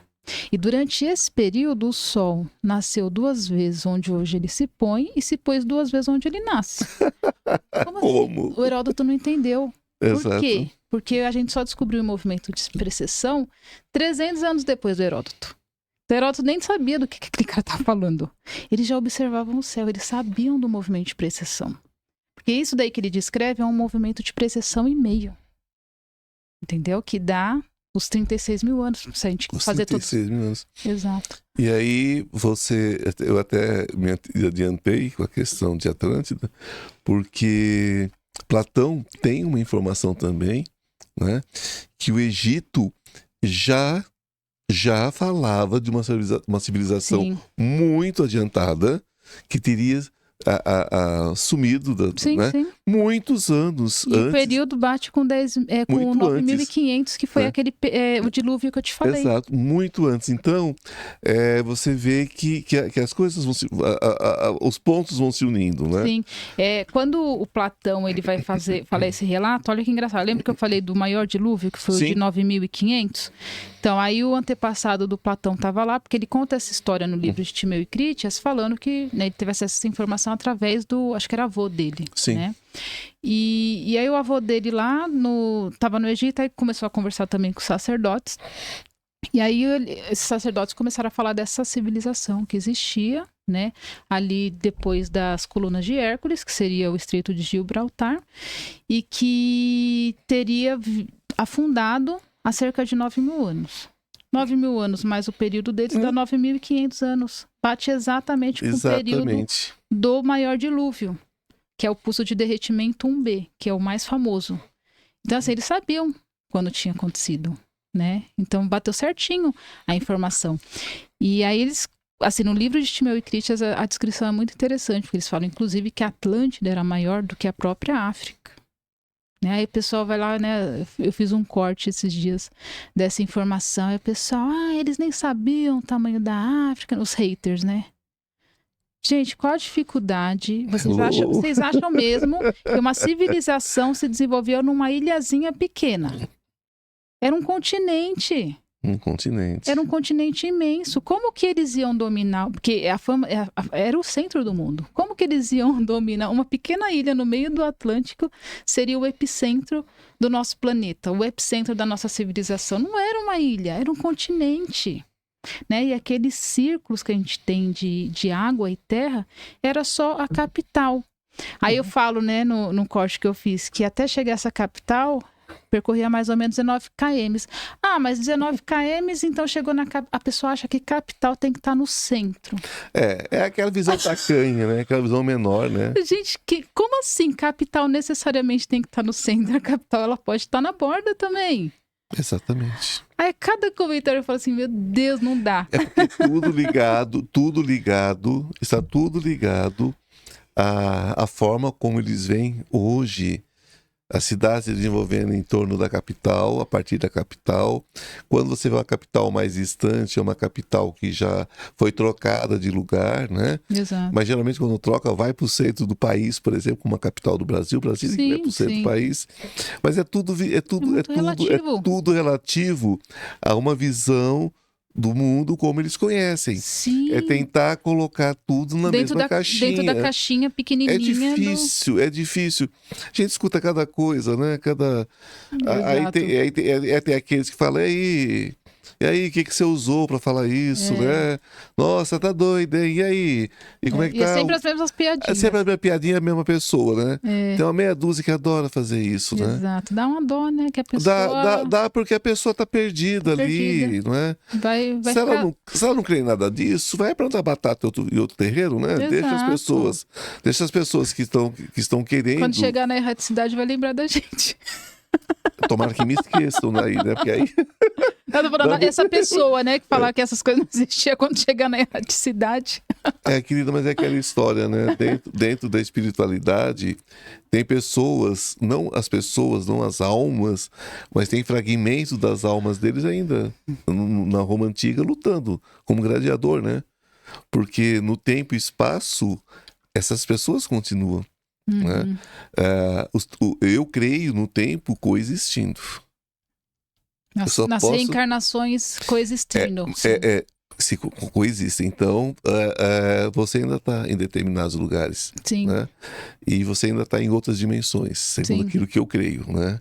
Então, tem outras cópias do Ivan em algum canto, melhores que eu, piores que eu, e eu sinto por todos eles, todos eles sentem por mim. Então, isso justifica muito o nosso nível de emoção e tudo mais. É o que eu creio particularmente. Não, mas é bem possível. Sim. E eu tenho trabalhado com as pessoas na cura dessas outras pessoas dentro desses mundos paralelos, né? Porque a gente tem que se curar de uma forma geral para que a gente poder, enfim. O que você espera, de fato, que possa surgir desse degelo, desse descongelamento, desse derretimento dessas calotas, enfim.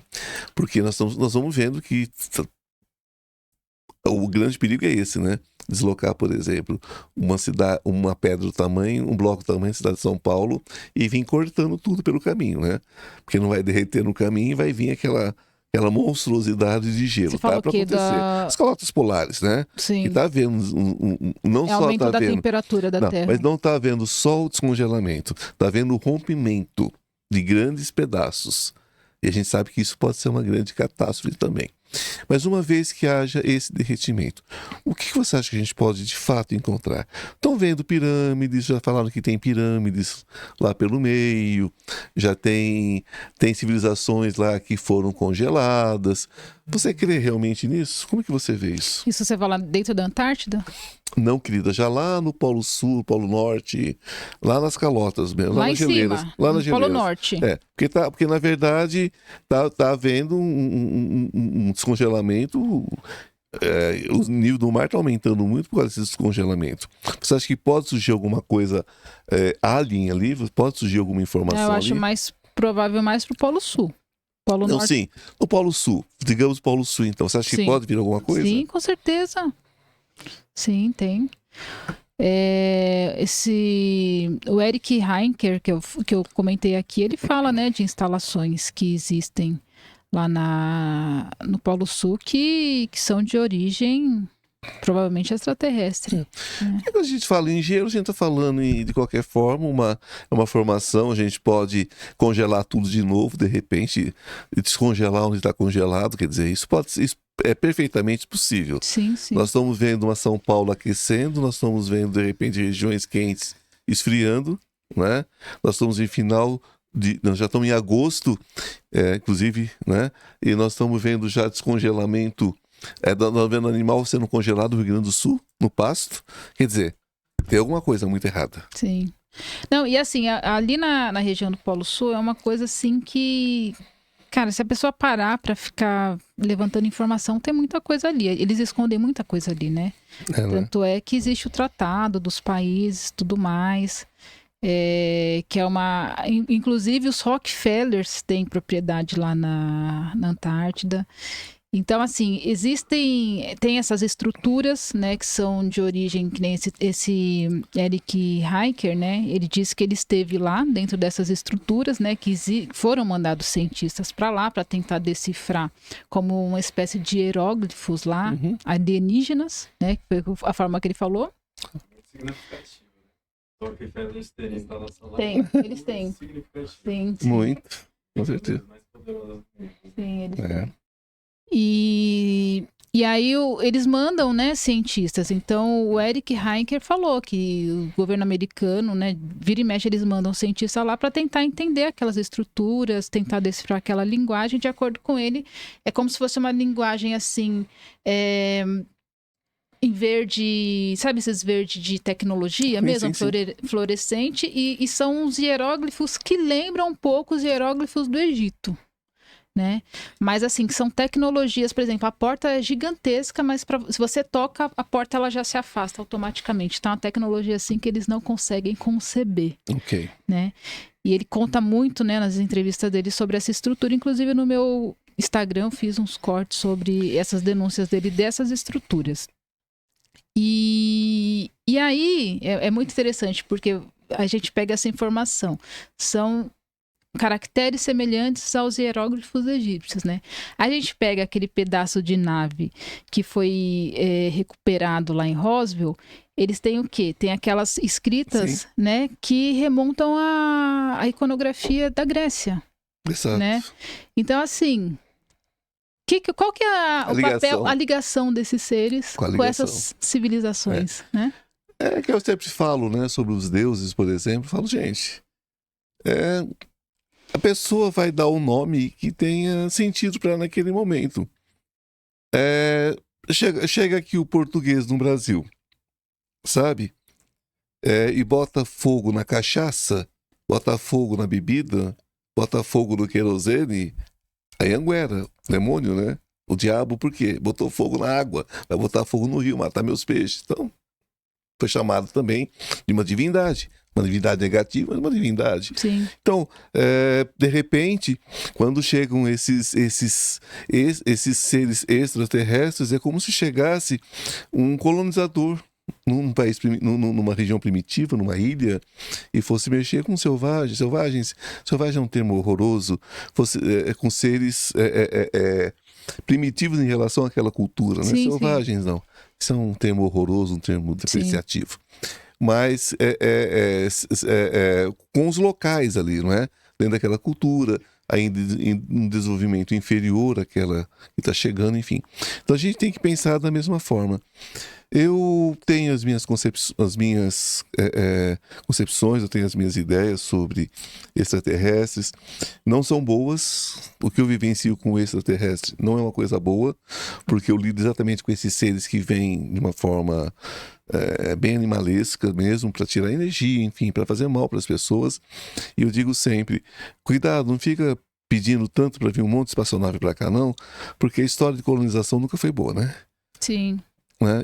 Os espanhóis foram horrorosos, os ingleses foram horrorosos, os belgas foram os monstros, os franceses foram horrorosos, né? Roma foi terrível também no período dela. Então, gente, né? Sim, Portugal também. O Portugal foi o melhorzinho, que Portugal não tinha essa ferocidade, né? Mas, então não fique esperando só o benéfico, não. Que a gente se una mais como irmãos, entendendo a nossa necessidade de união, e a gente acha que pode se preparar um pouco também para o pior, né? Porque não precisa necessariamente vir para cá para ajudar a gente. Às vezes, eu penso que nós estamos aqui igual bactérias sobre uma lâmina de exames, para reproduzir energia, né? Energia, sabe? Uma fazenda. De repente, eu acho que nós somos uma fazenda de energia. Sim. Tá? Nós somos uma colmeia aqui, produzindo mel. Mas essa concepção da gente ser uma fazenda é por conta dessa estrutura que foi estabelecida no plano astral. Assim. Tá? Então seria nesse sentido. Então a gente tem que entender, né, que existe esses seres que não são humanos que habitam essas zonas astrais e que se alimentam da nossa energia. É uma coisa. Nós temos os seres extraterrestres com muita tecnologia que operam tanto no nosso plano físico quanto nesse plano astral. E também pode transitar nesse plano por conta de tecnologia. Por conta de tecnologia. Teve algum assunto que você gostaria de falar? Que nós milhares de assuntos, mas alguma coisa em especial? Você me perguntou a questão do contatado. A gente começou a falar do contatado e do abduzido, né? Assuntos, né? Tá. Vamos voltar pro contatado, então. Então, aí o abduzido é isso, tá? A diferença é essa. Então, o abduzido é aquela pessoa que é levada, né, do quarto dela, do carro dela, levada para a nave ser abduzido. E não necessariamente ele vai ser um contatado. Você é uma contatada. Sou uma contatada. E eu vou te explicar. Me explica isso, porque isso que é importante agora. Exato. Nesse instante. Quando eu comecei a escrever meu livro, em 2017, primeiro veio como se fosse... Hoje eu entendo com mais facilidade. Claro. Na época eu não entendi, eu simplesmente comecei a chorar. Quando a gente faz quando começa. Aí eu chorava, era como se tivesse algo dentro de mim que eu tinha que colocar para fora. E eu tinha acabado de voltar de Paris, né? E aí tinha alguns dias que eu tinha chegado e assim, achei a cidade linda e tudo mais, mas me veio aquela coisa assim muito estranha e eu começo a chorar. E aí eu chorando, aí eu comecei a chorar e falei assim, eu preciso escrever. Aí eu abro o notebook e começo a escrever meu livro. Meu livro eu não pensei no começo, meio e fim. Eu sentava e escrevia. Não tinha ideia de como ia ser a história. Ia saindo capítulo por capítulo. Não sei como finalizar esse capítulo. O que eu fazia? Isso daí foi assim. Aos poucos eu fui entendendo o dinamismo. Eu entrava dentro do banho. A água é um condutor, né? Claro, total. Vinha toda a informação. Saía do banho, terminava o capítulo. Não sabia que processo era aquele que eu estava passando. Finalizei o livro. Né? Outra coisa que acontecia, vinha uma informação, né? E assim, meu livro ele é uma ficção baseada em fatos reais, em fatos históricos, né? E aí vinha fatos históricos para mim que eu não tinha conhecimento. Okay. E eu ia pesquisar na internet e aquilo tinha acontecido. Achava a fonte. Vou dar um exemplo. Tem uma parte lá do livro que eu falei assim, poxa, o Alexandre o Grande agora ele tá aqui no Egito. Nossa, mas para fechar aqui esse episódio... Se ele tivesse ido num oráculo, ia dar certinho. Mas eu não posso inventar se ele não foi no oráculo. Porque o meu livro ele tenta seguir fielmente a história. E a pesquisar na internet, eu descobri que ele tinha ido no oráculo de Silva. De Silva. É como se eu soubesse, de certa forma, que ele tinha ido e como se eu já soubesse toda a história do meu livro. De onde que veio essa informação? E aí, todo o processo do livro ele foi assim. Então, vinha aquela agonia. Aí eu sabia que eu tinha que sentar para escrever. Hoje, eu entendo que é essa agonia. E aí eu recebo, são pacotes de informações. Aí tem uma lousa lá no meu quarto. Aí vem os pacotes de informação. Na hora que eu sinto a agonia, eu já sei que é o pacote de informação que eles estão mandando. Você vai lá botar os tópicos. Aí eu vou preenchendo as lacunas, Sim. né? Monto minhas aulas, né? Que eu já tenho três aulas, aliás, 4 aulas disponíveis no meu canal do YouTube. Só pesquisarem no meu canal do YouTube Danusa Aras. Sim. E o curso Chaves de Maia. 80%, 70% do curso é informação recebida, né? Então, é isso que eu considero o meu contato. Preciso de uma informação. Você os vê? Olha, a última vez que eu os vi foi antes de eu operar da minha vesícula. Que eles apareceram no meu quarto, né? Mas é uma coisa assim... Eu bati o olho, né? Eu acordei no meio da noite, bati o olho, que eu olhei, era como se tivesse uns 10 no meu quarto. Eles adoram andar de bando, né? É incrível isso. E eu já tava com a cirurgia marcada, só que eu os vi e passou alguns dias eu tive uma crise muito forte, então eu tive que antecipar e eu acabei operando às pressas, né? E é como se eles soubessem que eu tava passando por algum problema ali de um órgão, que eles já não têm mais, né? Porque quando eles fazem a autópsia, por exemplo, vesícula é uma coisa que você não encontra em corpo de alienígena, né? Faz parte da... É como se eles fossem a nossa evolução. Claro. Né? Porque os órgãos deles são muito mais simplificados. Essa foi a última vez que eu os vi, né? Mas eu tive, né, em 2000, quando a gente teve o lockdown e tudo mais, eu fui levada, né? Teve o próprio episódio que eu fiz a regressão, que eu fui levada para dentro da nave. Aí eles abrem como se um portal, né? E isso aquilo para mim foi muito complicado, porque ali foi a virada de chave que eu comecei a aceitar. Eu comecei na ufologia como uma pessoa mais da fiscalidade, né? Então eu ia muito por um viés da casuística. Sim, buscando as luzinhas, buscando as espaçonaves. Só pelo concreto. Pelo concreto, né? Quando aí eu começo a virar a chave que a minha paranormalidade estava vinculada aos Greys, porque isso daí é um sintoma de contatado de Grey. Claro. Só é contatada de Grey, ela desenvolve paranormalidade. É um sintoma. Eu falei assim, caramba, então se eles têm a ver com a paranormalidade, então peraí, eu preciso abrir mais a minha mente? Então eu não tenho que ficar só nas casuísticas. Eu tenho que entender esse lado também do invisível. Então Claro. comecei a abrir para outras possibilidades. Quando eu faço a regressão, no começo eu tinha medo de contar o que eu tinha visto e as pessoas... Hoje eu não ligo. E eu falo, Não gente... importa, né? Eu não ligo porque hoje eu tenho entendimento que a tecnologia deles é tão avançada que eles desmaterializam, sim, paredes. Claro. E teto e tudo mais. Quando eu vi as pessoas falando, eu achava que era absurdo. E não é, eu vi na minha regressão. Gente, mas por que as pessoas não entendem? Você pode pegar um exame de raio-x, olhar uma pessoa por dentro, olhar o osso dela por dentro, Exato. o cérebro dela por dentro, através de E a matéria, ela é uma vibração. É uma vibração, então você pode também... Altera a vibração. Alterar a vibração numa parede, por que não? Uhum. Por quê? E aí isso fez, assim, a minha regressão também fez eu ir muito para esse lado. E foi muito bom, porque eu começo a entender o mundo astral. Eu começo a entender que sim, existem os reptilianos, quem são eles, como eles operam. Eu começo a entender que extraterrestre, ufologia e religião tem tudo a ver. Tudo a ver. Espiritualidade e religião. Talvez mais com religião, no sentido das deidades. Espiritualidade e religião.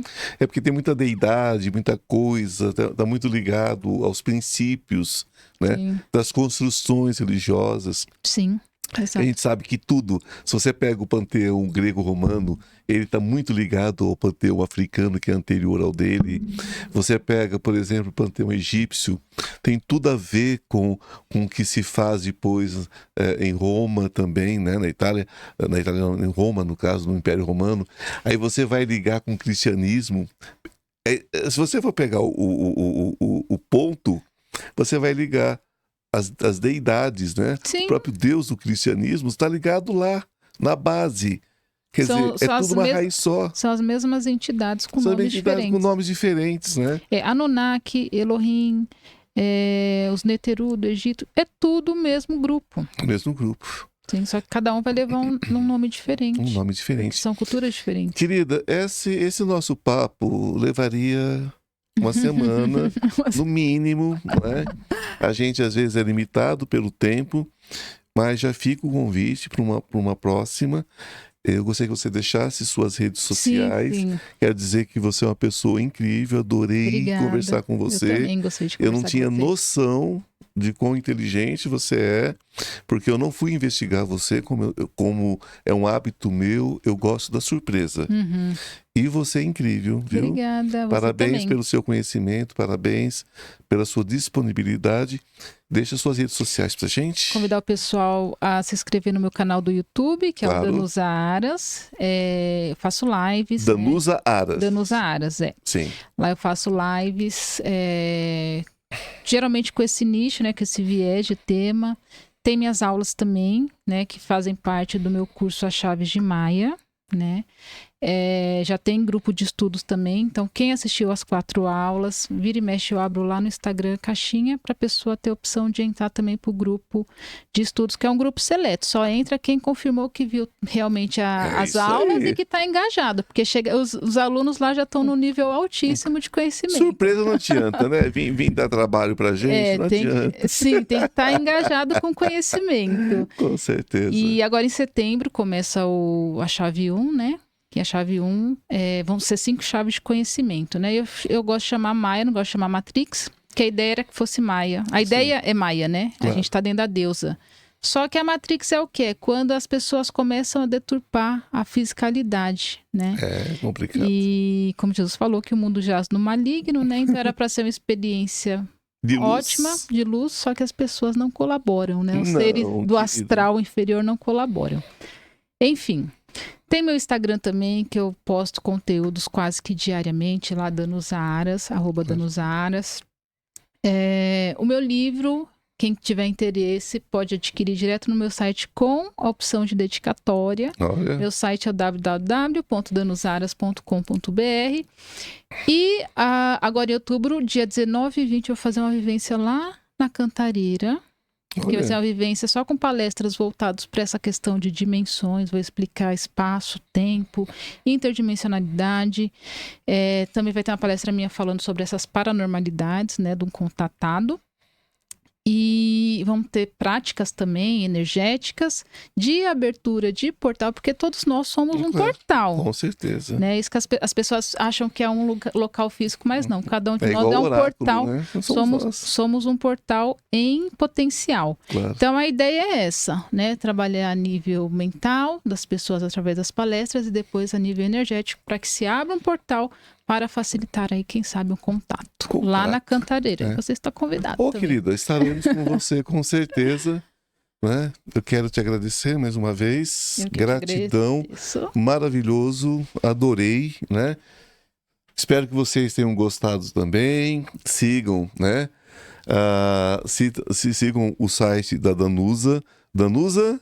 Site não, o Danusa Aras. Tudo Danusa Aras. Tudo Danusa Aras, né? Sim. Espero que vocês tenham gostado, tenho certeza que gostaram. Sigam o YouTube dela, sigam também o Instituto Ivan Martins, para que eu continue trazendo pessoas incríveis como ela, para conversar, para trocar com a gente. E é isso, gente. Pegue o seu Deus, o que faz sentido para você. Tire da caixinha, porque ele não cabe em caixinha. Deixe ele amplo, deixe ele aquilo que ele realmente é, imenso. E quando nós entendemos Deus nessa imensidão, a gente fica menos tacanho também. A gente também se abre para o conhecimento, para a alegria, para a prosperidade, para a felicidade, para tudo aquilo que vem da luz, não é? Aquilo que serviu para você aqui hoje, dá aquela peneirada, pega o que serviu, bota na sua cestinha. Não serviu? Deixa as flores onde estão. Não pise no jardim de ninguém. Todo mundo que for da luz do amor é muito bem-vindo. Os haters eu dispenso. Não me sigam, por favor. Só me sigam as pessoas da luz, pessoas do amor e pessoas que estejam a fim de realmente compartilhar amor, aprender, né? Isso daqui é pra gente aprender sempre um pouquinho mais, para se divertir e ter outras coisas, né? Sim, com certeza. Apesar que pessoas inteligentes se divertem com coisas inteligentes, né? Sim, sim. Não é isso? Então, um beijo no coração de cada um de vocês, que a luz esteja com cada um de uma forma muito especial, hoje e sempre, e namastê. O Deus que habita em mim saúda o Deus que habita em você. E, acima de tudo, respeita esse Deus. Até a semana que vem. Um beijo no coração. Obrigado, Rafinha.